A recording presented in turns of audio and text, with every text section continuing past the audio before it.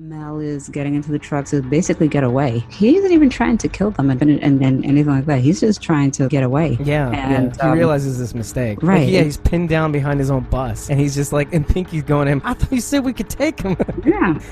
Nope. I just kind of like that scene for some reason, because it's so weird. It's so weird to see what we would normally see is, the villain. Mm-hmm. We think our expectations are Negan-esque, but it just falls short.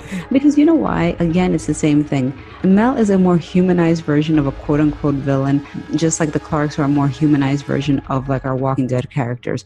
Our Walking Dead characters are our Walking Dead heroes, and they very much are heroes. And then our Walking Dead villains are very much our villains. Whereas in Fear the Walking Dead, it is not so hero-villain, because they're fairly quote-unquote normal people. You know what I mean? Yeah. So even though the rest of the world's a little more ridiculous, it's not even that far off. It's just sort of right or left of center. Yeah. Not so that's not the governor. Like, no, that's what I mean. Like the governor, he turned evil, EVIL. Yeah, the terminus for eating people. Negan and the saviors. Like, I mean, it's how just grandiose. Like like, I mean, we had these larger than life villains that were very much about the bravado and like, governor showed up in a fucking tank. Like, Jesus Christ. You know what I mean? Yeah. It's like, let's not forget that. And meanwhile, these guys are like, I thought we could take them. Nope, time to peace out.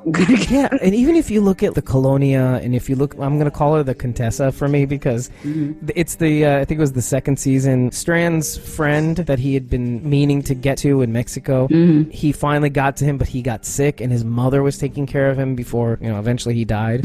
And the mother, who I'm calling the Contessa, what happens with a lot of the Mexican villages, the Mexican houses, and the way they treat the dead is way differently. And I'm not sure if you're aware of this. They don't kill them. They basically, it's almost like as if, what if everybody did what Herschel Green did in the barn? But instead of keeping in the barn, they just left them in an open area and fed them occasionally, that sort of thing. See, they're not evil. They're just misguided, or, they're not really bad. They're trying to uphold this kind of standard, this morality, by taking care of their dead and feeding them every once in a while, that sort of thing. It's the cultural aspect too. Yeah. About treating the dead differently. And every culture does. Every culture has their way of, how do you treat the dead? Like, do you bury? Do you not? Do you send them off at sea? Bury? Do you burn like this? Do you do a Weekend at Bernie's thing,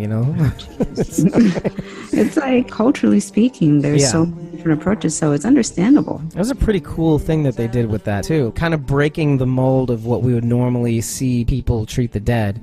I thought was really interesting, because it's not something that, it's totally nothing that we would have expected. And then to the point where even Nick gets it. Nick understands where these people are coming from, and even respects their wishes and that sort of thing for the longest time. But the whole point that we're trying to make is that it's a little bit more grounded. It's a little bit more, yes, everybody around the Clarks seems a lot stranger than the Clarks, but not so much strange. I mean, they're just a little bit apart from them, and not like these wild caricature like villains and heroes. So, you know what? If this was a series unto itself, it might not be that great, but because it's a companion series, there's a lot more to it. It's like you get a little break from the cartoony, and you get some kind of real stuff. Like, you get background, you get character flaws that carry on, from before, during, and after. You get what you get in Fear the Walking Dead is what you can't get from The Walking Dead in some ways. You just can't quite get there. And now it's kind of too late. Like, if they really start bringing in like backstory, it's kind of like, I don't care anymore. I don't care. I do like the guy from now, or I do want the guy from now that we know from now to get better, or that sort of thing. They want their situation to be great.